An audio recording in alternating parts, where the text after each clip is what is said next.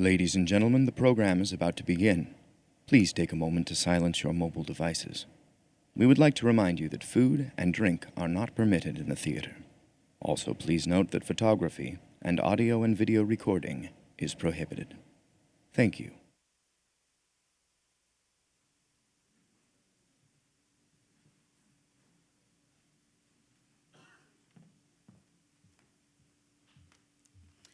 Good evening, everyone. I'm Michelle Gray, the Director of Programming for the New York Times live conversation series TimesTalks, which pairs New York Times journalists with the brightest and boldest creative minds from the fields of film, theater, science, art, fashion, literature, and music. To find out who's coming next, go to timestalks.com and subscribe to our newsletter. I'm delighted to welcome you to tonight's event, live here in New York and live here on the New York Times Facebook page and timestalks.com. Tonight, we're thrilled to be welcoming Roger Waters, one of the creative geniuses behind musical pioneers Pink Floyd. Waters is here to discuss his illustrious career and his first studio solo album in 25 years, entitled, Is This the Life We Really Want? You'll hear much more about tonight's guest from our esteemed moderator, Jon Pareles, the chief pop music critic at the New York Times. Please join me in giving a very warm welcome to Jon Pareles and Roger Waters.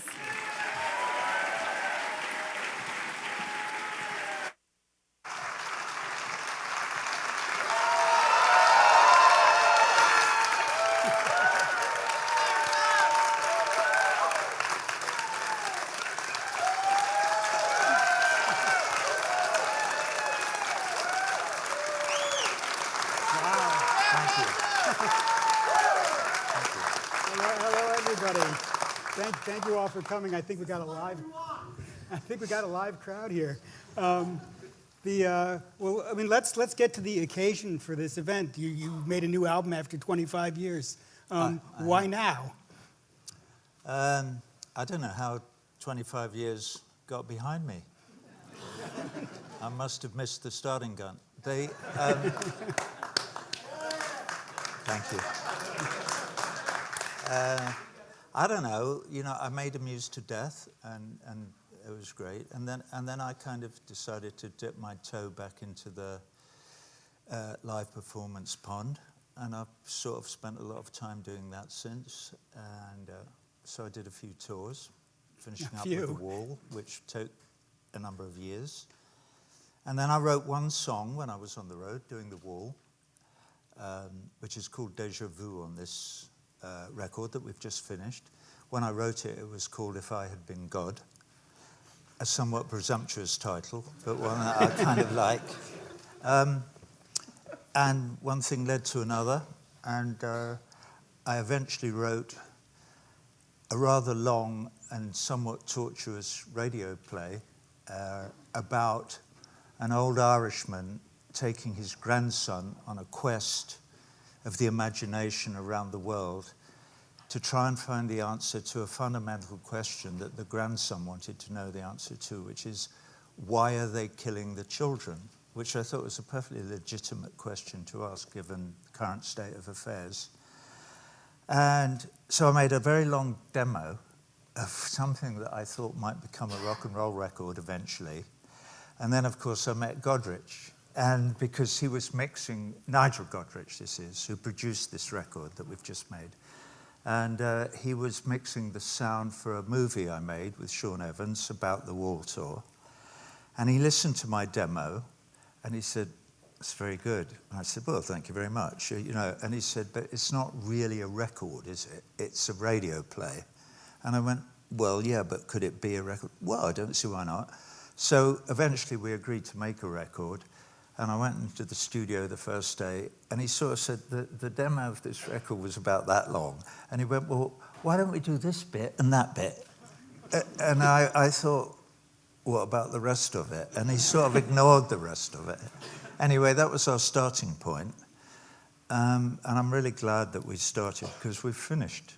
And I like the record. And I know you haven't heard it yet, so it's a bit weird being here talking about it. Well, so you took this part and then did you write more in between? Oh, yeah. Yeah, I've written it. In the course of of continuing to make the record, I had to write a lot more. Otherwise, it would have been a very, very short record. You know, so, but you haven't heard the record. So the song that I wrote that he responded to, I'll tell you the first two verses because they go like this. If I had been God, I would have rearranged the veins in the face to make them more resistant to alcohol and less prone to aging. If I had been God, if I had been God, I would have sired many sons, and I would not have suffered the Romans to kill even one of them. If I had been God, with my staff and my rod, I believe I might have done a better job. And it goes on. Actually, I'll tell you the second verse, because it's more important.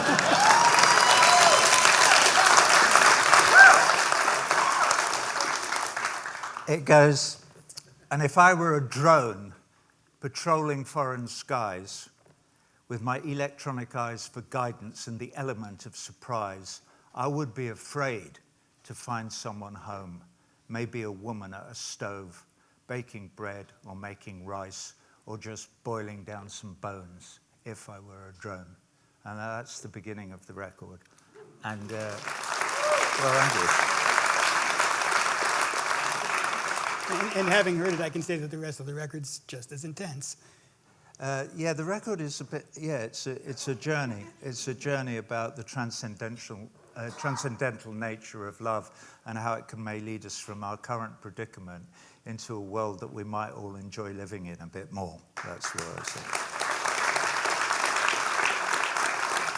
Well, I've listened to it, and I mean, it seems like was it inspired by Brexit and by our election? I mean, it seems like a lot of what's on it is pretty current. Nothing is inspired by Brexit, well, my friend. Wrong choice of words. Brexit is anything but inspiring. You know, Brexit is an admission of defeat of our current development as a race of human beings, in my view. I kind of liked it when all the borders disappeared in Europe, when I was about however big I was. And the fact that we're going to have to reintroduce them at the behest of these nationalist arseholes is a matter of grave and concern to me, I have to say. I wish we could just maybe, you know, embrace more and more people, and that the community of peoples could grow larger, not smaller and more fragmented and more fearful as it is at the moment. Yeah. Anyway. Well, but it seems like current events you were thinking about. Yeah, unfortunately, we're all forced to think about current events because we feel the impact of current events. I mean, we could go on about your nincompoop president all night. But, you know, it might be somewhat redundant. He's doing a good job on his own without any of us interfering in his condemnation of himself. He does take a lot of air out of the room. He does, yeah. It's the well, actually, we have a clip from this little dress rehearsal you did for 300,000 people in Mexico, and actually you did it before Desert Trip, and it's pigs, different kinds. And when you played that, I ran home to the hotel room and checked the lyrics to see if you changed them, because they were ancient and they were still perfectly trenchant, and you were kind of prophetic in them. But can we play that video clip just a little bit? Sure, why not?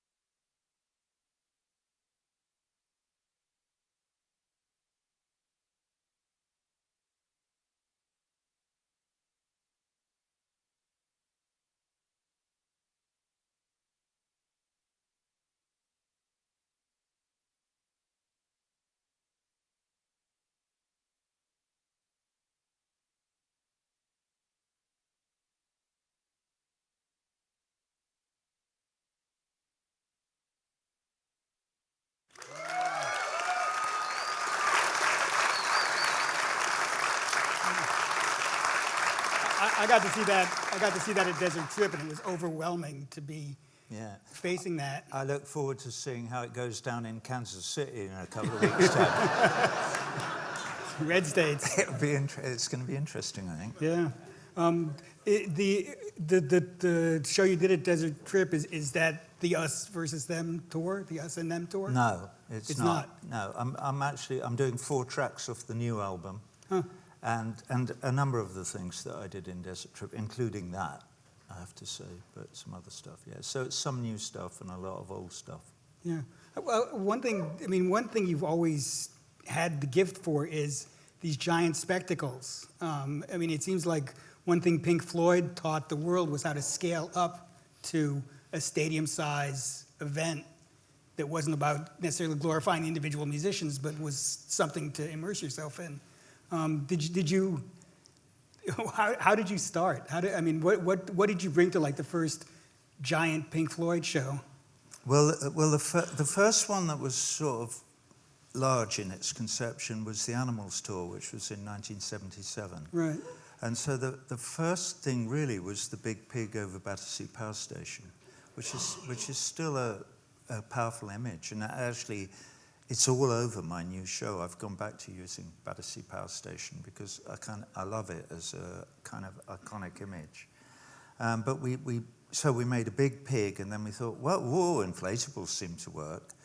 And so we made lots of other. We made an inflatable family, as I recall, with a big fat businessman and a big fat wife and 2.5 children. And the half a child was sort of cut down the middle and had concentric rings in it, which was good. Because it became clear about that time that rock and roll was moving into larger and larger venues, and that one needed to provide some kind of theatrical experience rather than people having to peer at these little figures from, a quarter of a mile away or however far away people are in stadiums. I used to disapprove of it horribly until quite recently when I started to enjoy it. What changed? I changed. That's what changed. Yeah, I changed. I became much more relaxed in the company of my peers and in the company of my audience, and I started to feel much more of an intimate relationship with you all.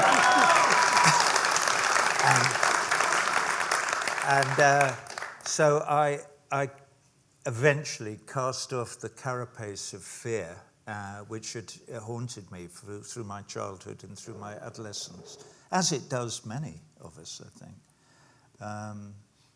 And embraced the connection that I could make with people. So that was a really good thing for me. Yeah, it was a late in life revelation. Yeah. Well, how dare you? Later in life. But with The Wall, you really go into how a rock star can be a demagogue. Yep. Was that? Did it worry you that you might turn into that creature? Well, everybody. Okay, I'll tell the story again. In the middle of that Animals tour in a football stadium in Montreal in 1977, some moron was trying to climb up on the stage, and I spat in his face like that, right. Like that. And later, I felt guilty and I felt remorse, John. And or Mr. Pareles. I felt remorse. And I genuinely did. Mm. And I thought, what the is happening to me? Yeah. This is awful. And I thought, I know how I can deal with these feelings. I'll get the rest of the band to join me, and we'll do another rock show, and we'll build a bloody great wall across the front of the stage while we're playing. And when it's finished, we'll bugger off, and that'll be the end of the show. To express my feelings of alienation and shame and distress and all the rest of it. And we did. And except we didn't bugger off. That was a bit too harsh. We tore it down at the end of the show, as a gesture. And it was a good idea as a theatrical device, and it developed into all the rest of it.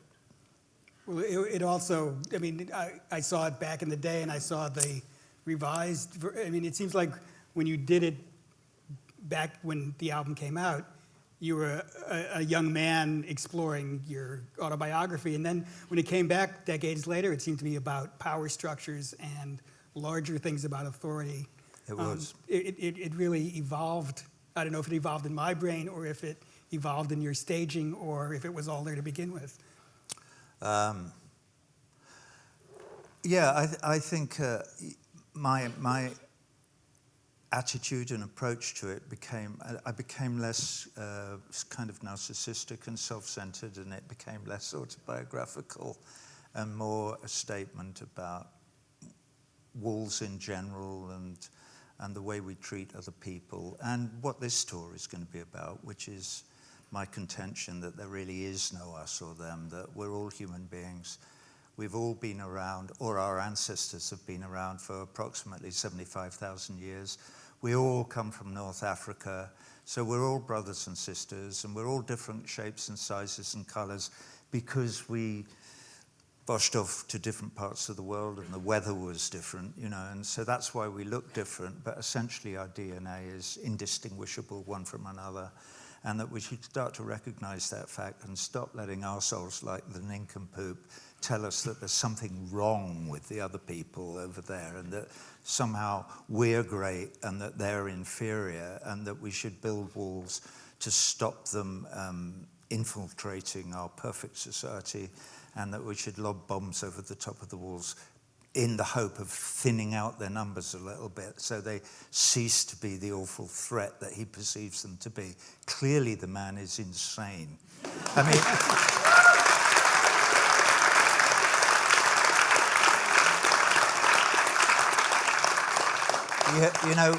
when I routinely refer to him as the nincompoop, I do so advisedly because nincompoop is a derivation of and a diminution of non compos mentis, the Latin, which means not of sound mind, which I believe him to be. Yeah. It's bizarre that he's risen to this position of extreme power. And obviously, almost certainly everybody in this room is gobsmacked by that fact. But I think it's going to dawn on the rest of the citizens of the United States. I promise you, it's already dawned on everybody else, in the world, including Greece, sir, I have to say. I see Papa sitting there in the fifth row or whatever. So sorry, I will bang on if you don't stop me. Well, tell me about recording the album. Was it different, given the advances in technology? Given how much recording technology has changed since you made him use to death?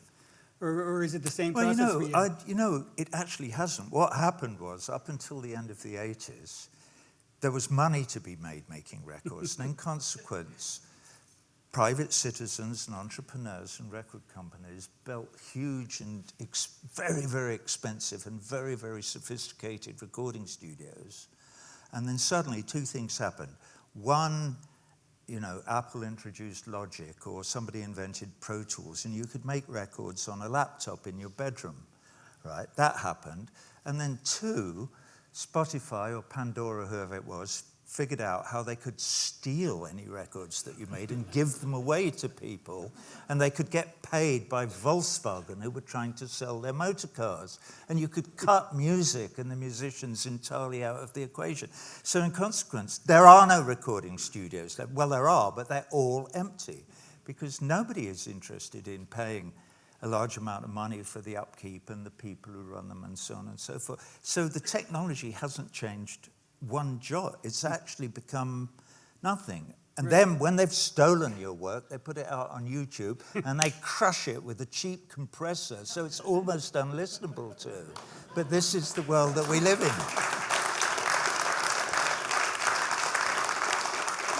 So does your music fight back? Because, I mean, you use... Well, actually, it does fight back because it's very small, but it's like the resistance is there, but it's like people buy vinyl now because they want to hear what you've done. Mm-hmm. And I think that's great. And so people have written off the whole idea of selling it. So you make a record sort of for the love of it, and you hope that you may be able to get a few bums on seats and make a few quid that way.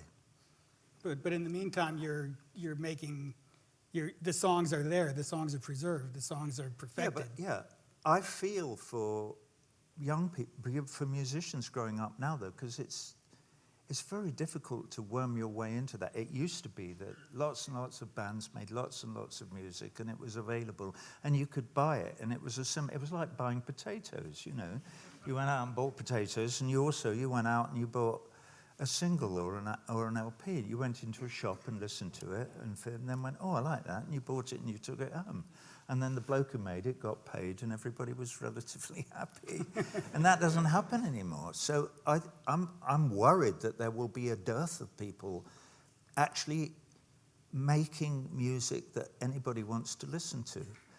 Because however good or bad or whatever indifferent the music was then, it's now a much smaller space, and it's much more about marketing and social media and how you actually manage to get something across. So it's all about numbers. So you're appealing very often to a lowest common denominator of, I wouldn't like to say taste, but the things that get a huge number of streams against them entirely. I listened to one the other day, and I won't mention the artist's name, but there were 1.2 billion streams of a track that was something about bling, and it was entirely vacuous. It had absolutely no content or value of any kind to it, and so we live in a strange world. And I think it just won a Grammy. It's what it is, man. But the thing that always amazed me, though, was Dark Side of the Moon, which is a very complex, heartfelt, intense album, sold and sold and sold and sold. You know, this very individual thing was one of the best-selling albums ever. Yeah, it was. But in those days, people were encouraged to subscribe to the notion that you could make 40 minutes of music that you could put on at the beginning. All right, you had to turn the record over and listen to it, and you could concentrate on it, and it made something to... If you look at the way music is disseminated now, it's streamed. And what happens is that somebody tells somebody else, and it spreads. There's this incredibly vacuous thing that you can get, and people go, oh, that's just what I need in my life. And billions of them go and listen to it, but they don't listen to any of the rest of it. So nobody would sit down and listen to something that lasts for like 40 minutes or 50 minutes, except you, obviously. But you have to. It's your living, you know. It's no, also but a pleasure. I don't know. Maybe I'm wrong. Maybe this is cool. Maybe it's all good. I just wish there was a bit more space for whoever it is who's going to come along and be the next Neil Young or John Prine or John Lennon or whoever it might be, so that we can get the benefit of their heartbreak in our lives, so that we can learn a bit more about love and develop a little bit and start paying attention to music and nature, and obviously there won't be any nature. Now that Pruitt is the head of the fucking EPA, that's the end of everything. They're just going to destroy nature. No, don't go to the park. We're done with parks. That's the end of parks. I think I see another album coming on. But, sorry, I didn't mean to use the F word. I know we're going out. It's all right. We're on the interwebs. It's all over. Yeah, all right. Well, actually, I mean, tell me about one thing that Pink Floyd did, and your solo work does, is to use large-scale time, is to go slowly. That seems to be one of the great inspirations of Pink Floyd. Was that a conscious decision? It's like we can play slower, it gets bigger? No, we'd start, right? And then I'd look at Rick, and he'd look at Dave, and does anybody know another chord? No. So we'd play C minor for about half an hour, you know. No, but you make a valid point, because if everything had to be seeking the attention of people with very short attention spans all the time, you wouldn't have Mahler or anything really, you know. So I don't know. I'm complaining. I can hear myself complaining. Well, I'm not really, but I am really. Well, you established a different sense of scale, though. Did we? I think so. Well, The full-length album, the side-long song. well, yeah, but don't forget, when we were making our first album, which is called Piper at the Gates of Dawn, which was Sid's work, Sid Right. Barrett's work largely. We were in number 3 studio in Abbey Road, and the Beatles were in number 2, and they were making Sgt. Pepper. And Sgt. Pepper was a record that revolutionized everything, because that really was the record where almost I could be completely wrong about this, but from where I was standing, which was next door in Studio 3, it seemed as if the Beatles were giving the rest of us permission to talk about our real feelings and our real lives and what was really going on. They introduced the kitchen sink to popular music, because before that it was Johnny Ray, or it was Tommy Steele, Love singing songs. the blues or Crying in the Rain or whatever. And it was all about Penny Lane, or it was about lunatic asylums, or it was about Eleanor Rigby being lonely, or whatever. So it was about real life, and it was what they had lived and what they felt. Yeah, and it was very important. It was really important. I think it was really important. It would be like, luckily, theatre had been doing that, since the 16th century or before, but certainly since Shakespeare. And movies, too. Movies had been doing a bit of it as well. Yeah, they had. Yeah, exactly. But popular music hadn't really. But Well, the blues had. True. So unpopular music had been doing it. But pop music had been, largely it was a system where there were professional songwriters who wrote stuff that they hoped would be popular, and then they got people who were good looking and had good voices. Not necessarily in that to order. sing it, not necessarily in that order, but to sing the stuff. I mean, that's not to denigrate all of that stuff before that, but this was revolutionary, but also it was Chuck Berry died a couple of weeks ago, and some of the young bands in England were based their entire Rolling Stones, for instance, their whole career was just Chuck Berry. They just played his songs for the first few years. And so the way African music got back got to Europe, having come in through New Orleans and through the slave trade and through all of that, and then got up into the north, some of it, to Chicago blues and things, and leapt the Atlantic. And suddenly we were lying in bed with our crystal sets, listening to Radio Luxembourg or the American Forces Network overseas, and we discovered this incredibly kind of moving music, and we would sit up listening to Hughie Ledbetter or Bessie Smith or whoever it might be, and go, wow, this is really visceral, moving stuff, and it's different than what we've been used to. And I think it really kick-started a whole thing. That rock and roll in Europe, and particularly in Great Britain, was kick-started by that influence from North America. Definitely. I mean, and you think people had to track down records back then.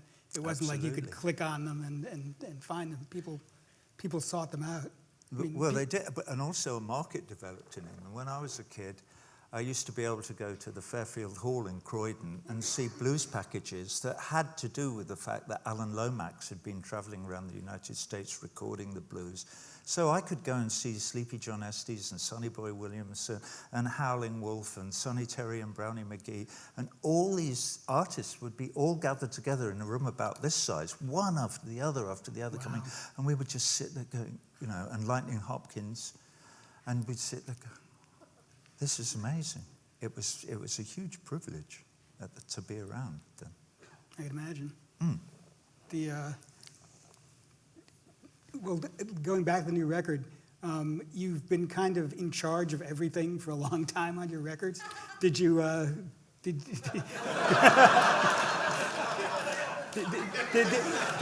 you let Nigel Godrich nudge you in any directions? I mean, did I let him? Yeah. I didn't let him. He just did it. And you listened? Yeah. Yeah, it became quite clear within a few minutes, really, of getting into the studio that he had very, very definite ideas about what he wanted to do. And in a very kind of sort of quiet way, he made it clear that he didn't really want me to interfere. And which was great, because it is not something that I'd ever done before. You know, I'm not really very good at that. But I did. I went, okay. And I think he's done it. You haven't heard it, but I promise you, he's made a brilliant record. It's really, really good. My praise for Nigel could not be higher. And so I'm very, very glad that, and also it's a great kind of growing experience for me to keep my mouth shut for a bit and accept, you know. Well, was it different from working with Bob Ezrin? Yeah. I mean, did Godrich edit your songs? Did he say you need a bridge here? Yeah. All that? Yeah. He did a lot of that. And you feel they're improved? Yeah, some of it was an improvement, and some of it, I think, wasn't. But, but you know, I think what's happened is that the record is 54 minutes long, and it could have been 84 minutes long, and that would have been a huge mistake. So there was definitely a need for editing, and so there is. I'm going to go off now into something that he edited out, which I really regret that he edited this out. So I'm going to tell you what it is now. And it's the verse that I haven't told you of Deja Vu, the song Deja Vu. And it is this. This is the last verse, and it's not on the record, so pay attention. This might be the only time you hear it. All right. It's the same theme. If I had been God, I would not have chosen anyone. I would have laid an even hand on all my children, every one. Would have been content to forego Ramadan and Lent, time better spent in the company of friends, breaking bread and mending nets. That's the last verse of that song.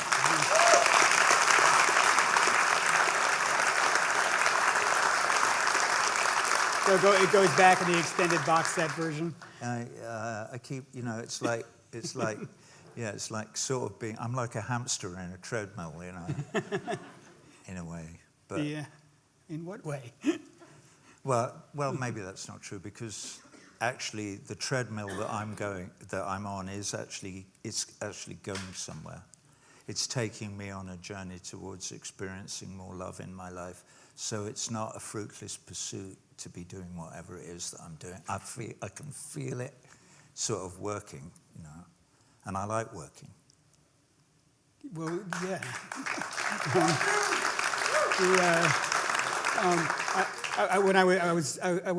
I found a quote from a guy named Roger Waters from the late '60s about Pink Floyd playing a gig at the Roundhouse, and Mr. Waters said, "Our music will either throw you into screaming horrors or give you screaming ecstasy."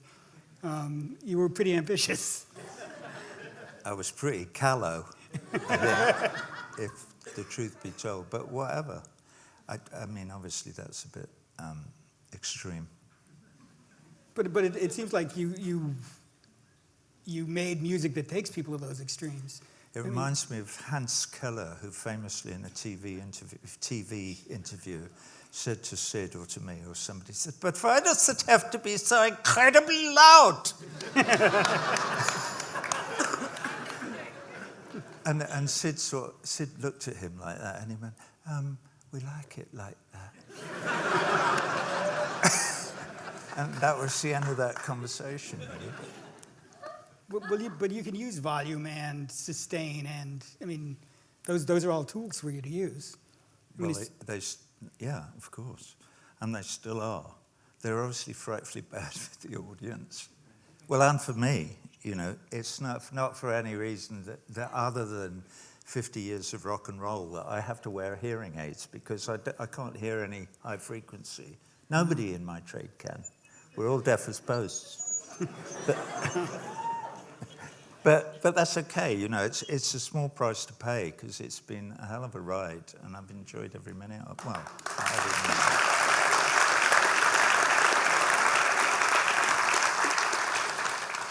I've often, I figured, did you ever regret giving up the Pink Floyd trademark, handing it over to the other guys? No.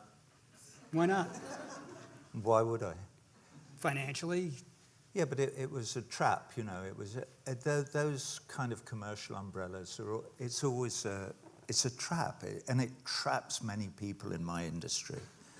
I promise you, there's many people out there under the umbrella of the safety of a trade name that they're involved in.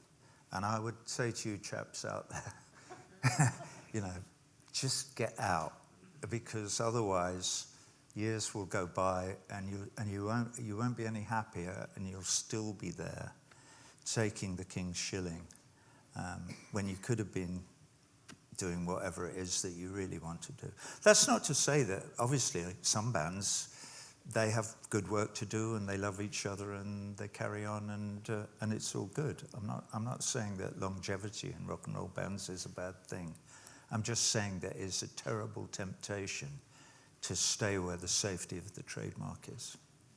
And I know that I got the reputation after that of being the bad guy, because if you leave, you become the villain of the piece. You know, oh, he's the bloke who broke up that band that we like. Yeah. And I regret that. I'd rather not be the bad guy.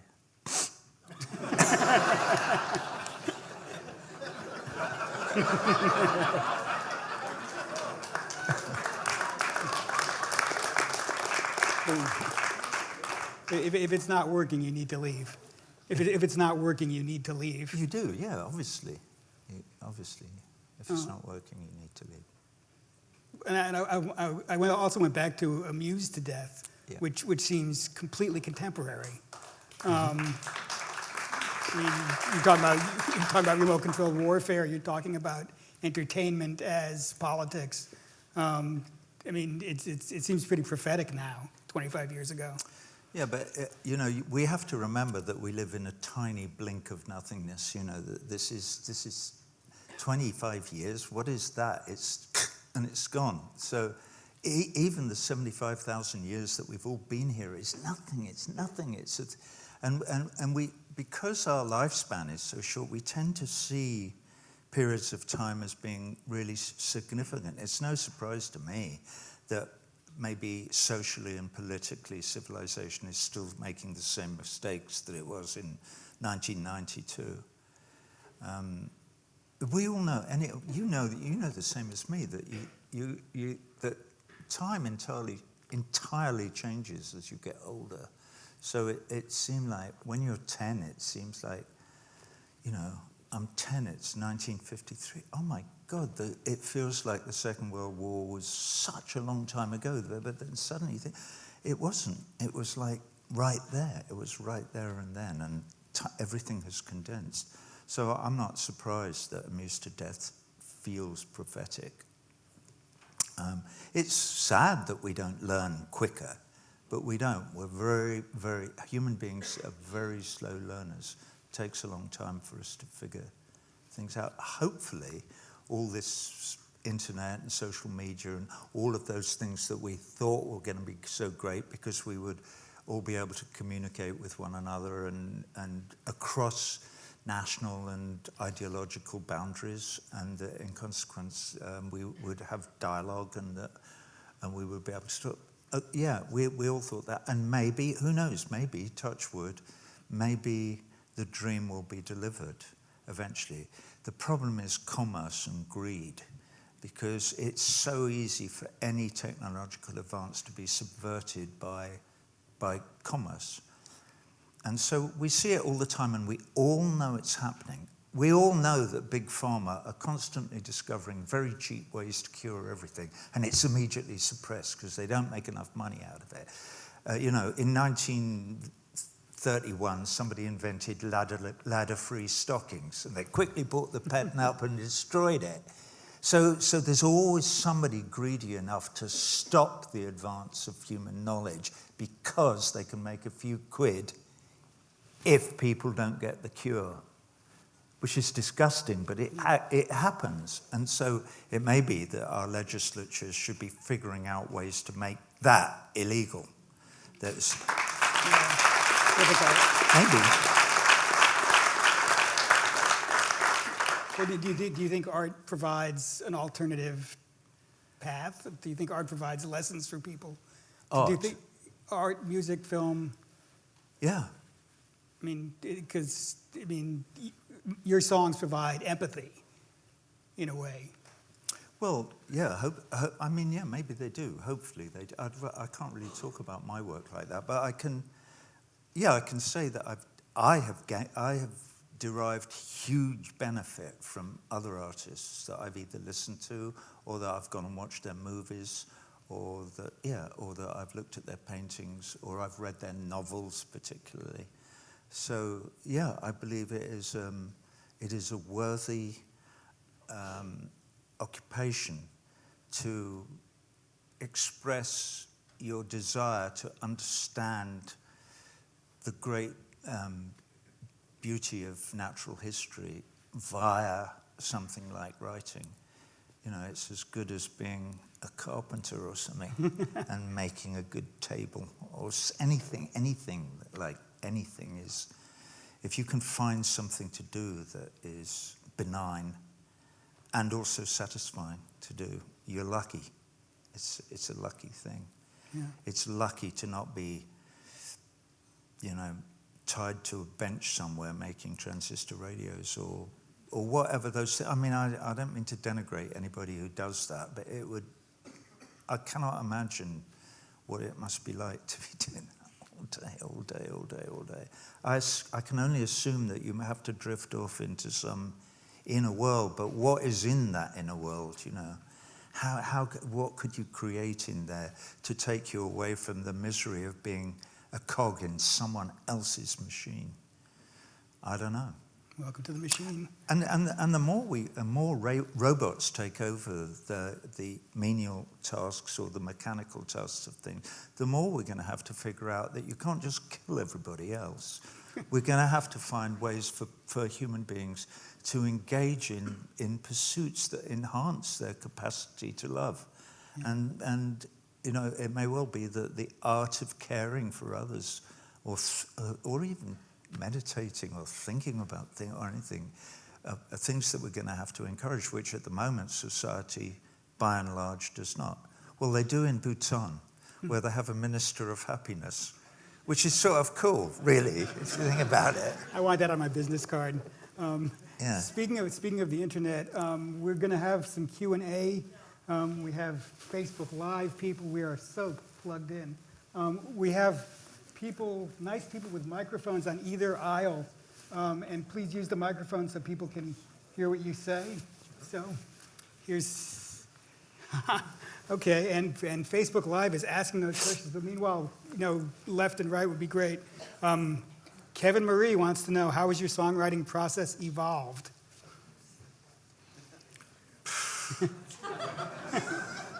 How has it evolved? Or has it evolved? I don't know.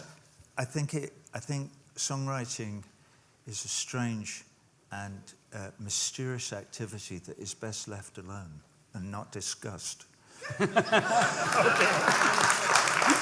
Sorry, Kevin.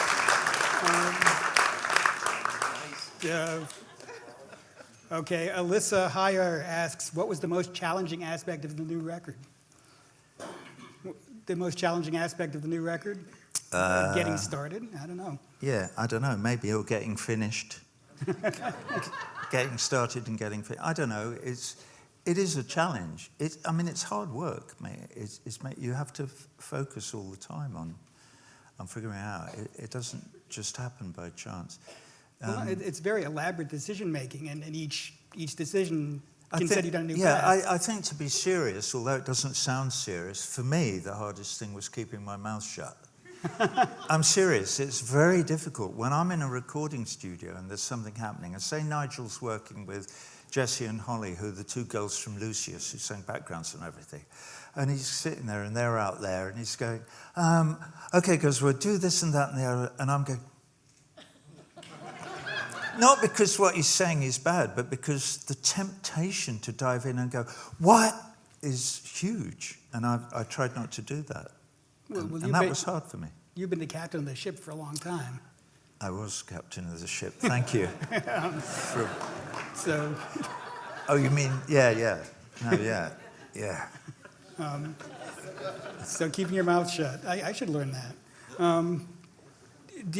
Somebody's asking you if you envision new artists attempting concept albums again one day. Oh, I hope so, yeah. But that's exactly what I was talking about 35 minutes ago.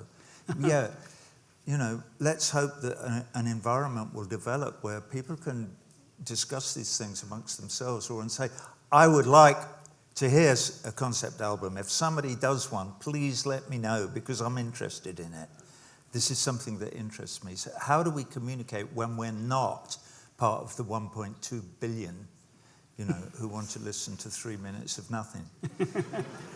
No, I'm serious. Yeah. How do we communicate with one another? What? Beyonce's Lemonade. That was a concept. Kendrick Lamar. But they're right. I mean, the hip hop and R&B people are thinking some in larger forms. Well, good. I'm sure they are. I'm sure they are. And I'm very bad to have this conversation with because I'm not a consumer of stuff. I make things and I don't have all that much time left over to. So, when Leonard Cohen's last album comes out, I listen to it and I go, wow, it's getting darker or what, and because I'm a big fan, and I've heard it before, so I'm kind of traditional in that sense, in my way, but the hip-hop genre slightly passed me by, and I'm not because it's not good, I'm sure it is, it's just passed me by. You can't do everything in life. Yeah. You can't pay attention to everything. It's impossible. So things arrive and you take them in, but or you don't. I'm a bit rambling now. Well, but you had an album to make and a tour to put together and a movie to cut. Yeah. So you were kind of busy. Yeah, and we're making a tour, which is quite a lot of work. How hands-on are you when you do a tour? I mean, do you say, give me 3 minutes of video that does this, or do you say, give me 3 minutes of video that does this in the first minute? No. No, I sit in a room mainly with Sean Evans, but with Andy Jennison, and now with Danny and Chris and Megan, and we sit in a room and frame by frame. Kind of, yeah. Wow. Or song by song. We have a board up on the wall, and it has all the songs that we're going to do. And we start writing down ideas of how it might work and what might we do for this and how will the segues work and what will be happening in the quad and blah, blah, blah, blah, blah, and all of that. And figure it out, yeah. So, song by song and then scene by scene and idea by idea and then look at it and look at it and look at it and change it. That doesn't move me, get rid of it, All right, let's think, what can we do to make this moving? You have to put yourself in the position of somebody sitting in the show and say, I'm sitting in the show, is this moving? And if it is, if you think it is, then you go, okay, we keep it, But if it's not, you've got to get rid of it because it's a huge opportunity to be allowed to be in people's faces and take the opportunity of attempting to move them. Yeah. Is a huge privilege, and it's not to be taken lightly. It's oh, look, there's people. Go to a microphone. So go to a microphone so we can get it done. Where's the microphone, folks? Okay. Roger. Yeah. That's a microphone. I believe Dave Kilminster and Jon Pareles are in your new band, and I just wondered if you could confirm who else you were using in the band. Is it the musicians that are on the album? Yeah, it's 3 guys who are on the album. It's Joey Wanamaker, Gus Seifer, and Jonathan Wilson. And then Ian Ritchie is in the band. John Carrin is in the band. Dave Kilminster is in the band. And there's a keyboard player called Drew. And I've no idea what Drew's second name is. Apologies to Drew. but he's a good kid, and he's got horn rimmed spectacles, and he's been playing Hammond organ in church since he was about that big, and so it's a very cool thing and very moving.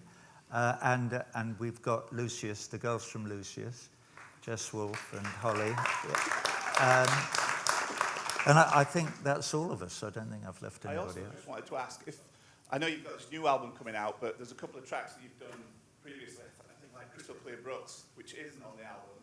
Yeah. Have you got enough material that you've still got written to do another album? Yeah. Is that... Yeah. And do you think you will? Or do you think you will do another album? Yeah. Great. Yeah. Don't wait 25 years. Yeah. Don't wait 25 years. No, I won't. I promise. Okay. Hi, quick question. What is the funniest moment that you had making this album, or when did you laugh the hardest?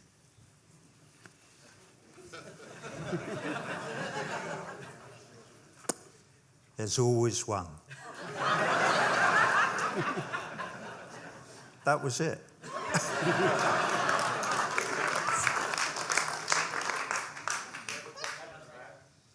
Oh, in the back?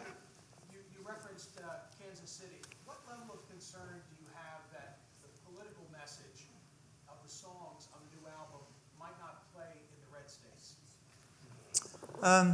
I'm sure it'll play. I've no idea what, I don't know who the audience will be in Kansas City. Just because it's a red state, and it's apparently very conservative in Kansas City, doesn't mean that there isn't a viable resistance to this administration in that city. It may well have been, I don't know what the percentage of the vote in Kansas City was that was pro-Trump and what was anti, but say it was 70-30, which is a huge amount for any place. 30% of all the people who live in Kansas City is more than enough people to fill a basketball arena. And so, it's possible that most of the audience will be will be content with whatever political message there may be in there. But also I know that I'm playing a bunch of Pink Floyd songs as well. So all of that attachment, that nostalgic and musical attachment to the work that I've done in the past anyway makes people happy when they hear it. It's part of the reason why I'm doing it. I mean, it's also partly because I still really like the songs. I like a lot of those songs. And also they fit with the new material because essentially they're all about the same thing. Well, Us and Them, the tour's called. Us and Them from Dark Side of the Moon. With, without, and who'll deny, that's what the fighting's all about. You can't get any more contemporary than that. And also, so people attach to the meter of it and the melody, and also what it is that I'm saying in the song, which is I'm saying, we need to get over this bullshit and recognize that we're all in this together. And we better start working together cohesively, or we're all...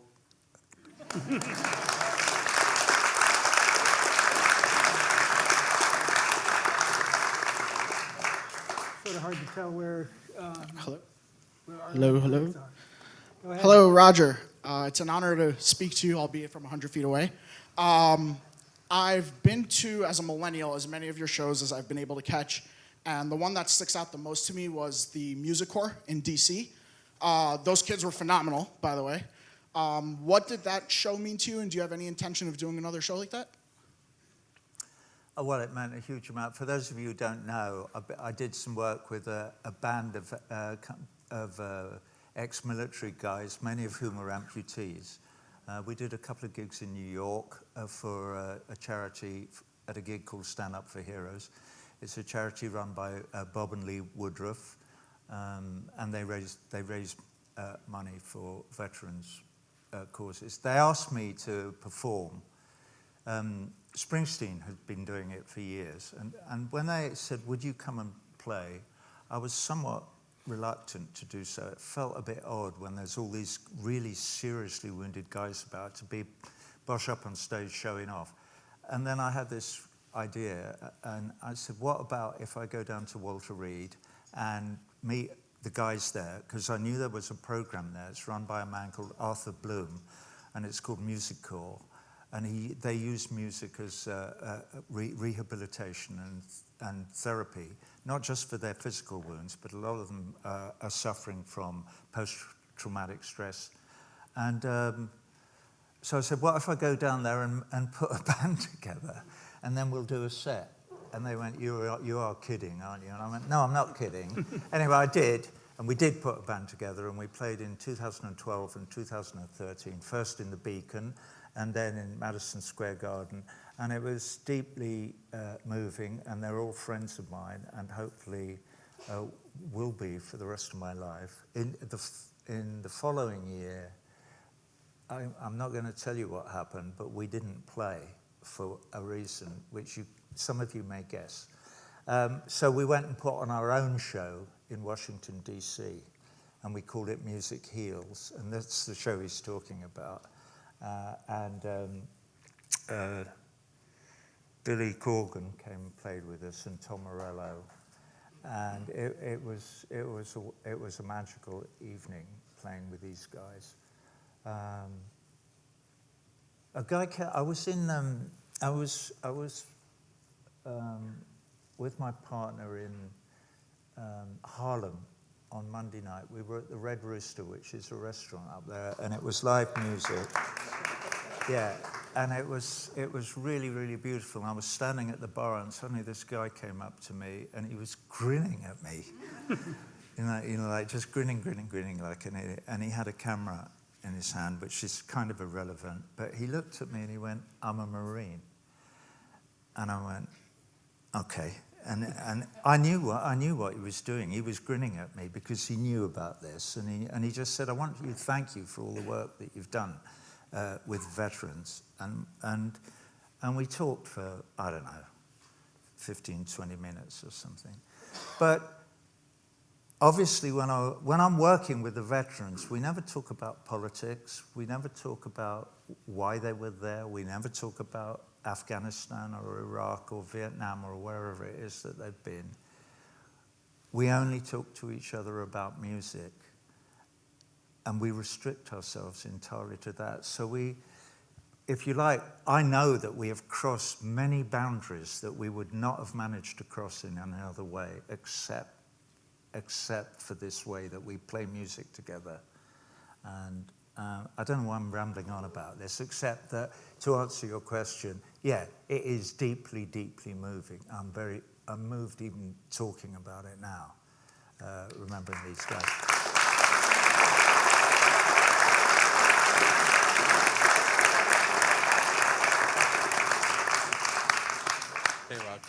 Hey, Roger, how you doing?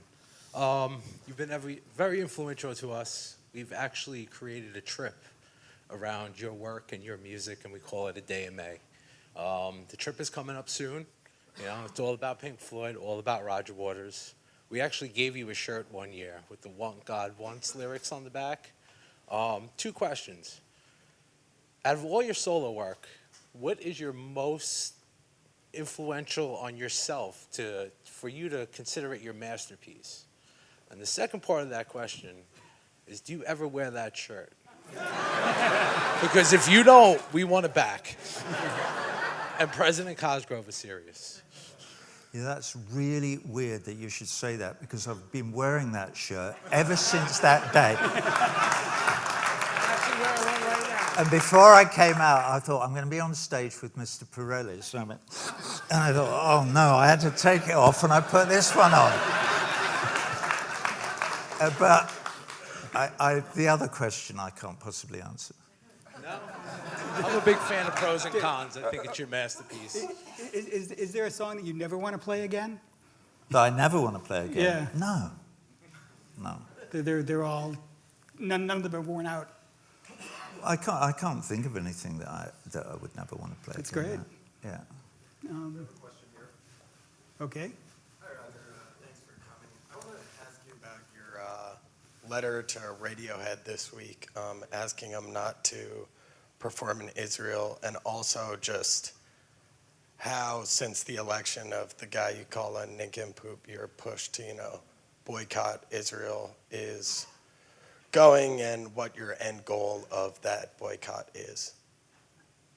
Well, my end goal is the same as the end goal of anybody who's involved in BDS, which, as you know, is a non-violent protest movement that was started by Palestinian civil society. And I became aware of it in 2006 when I went to Israel to play, and I, in consequence, was approached by BDS and had to start negotiating with them and talking with them and entering into a conversation about the predicament of the Palestinian people. And this is such a long conversation that we will curtail it here a little bit. But essentially, I was convinced that all of the people who live in that region should have rights. They should have property rights. They should have right to their religion, and they should have rights to self-determination, and they should, and all of them. So that's all our Jewish friends who are in Israel who live there, but also all our Palestinian and Arab friends who are living in the occupied territories and also in Israel. They should have equal rights, and that is my only beef. Just as all the people who live in the United States of America should have equal rights, all of them, regardless of their color, creed, race, or religion. That is what I want for the Palestinians. Nothing more, nothing less. I'm not trying to destroy Israel. I have nothing against Jewish people. I don't have. They accuse me of being an anti-Semite because it's the only way they can attack this position, which is the basic position of BDS. BDS goes further. They want the right to return for the refugees who were kicked out of their homes by force in 1947 and 48, and again in 1967 after the 67 war. I personally agree with that. I think that to be turfed out of where you live and where you've lived and your family have lived for hundreds of years is wrong.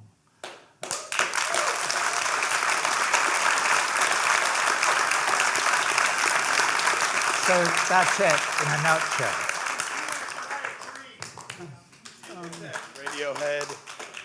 Radiohead. Do you think that they should play across the border in those, what you call occupied territories, like Listen, Gaza Strip, where they wouldn't be allowed to? Well, I have engaged in a correspondence with some of Radiohead, and they seem to have decided that they're going to go ahead and do a concert in Tel Aviv. So there's very little more that I can say on the matter. They have to make up their own minds about what they decide to do with their lives, and they have to go wherever their conscience lead them. So I'm not going to sit here and badmouth them or harangue them. My personal view is that there is a valid and legitimate picket line that has been organized by BDS, and I would prefer it if colleagues in my business did not cross that picket line.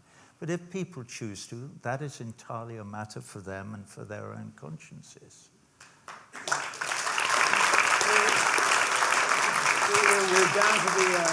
We're down to zero on the countdown clock here, but go ahead, one more. I hope it's musical. How are you doing? Thank you, Roger, for this opportunity to direct you, to address you directly. My name is Angelo Ortiz, born and raised right here at Manhattan in Washington Heights. I'm currently from the Bronx. My question to you is, again, about this creative process. Now, I'm a social worker by trade, so I'm kind of like the guy that you referenced with the transistor radio, but not so much, because I feel like I am doing some work that is benefiting humanity. However, my passion since I was a kid has been music. And I find, I sit down and I feel like I have a story to tell. I feel like I want to create something.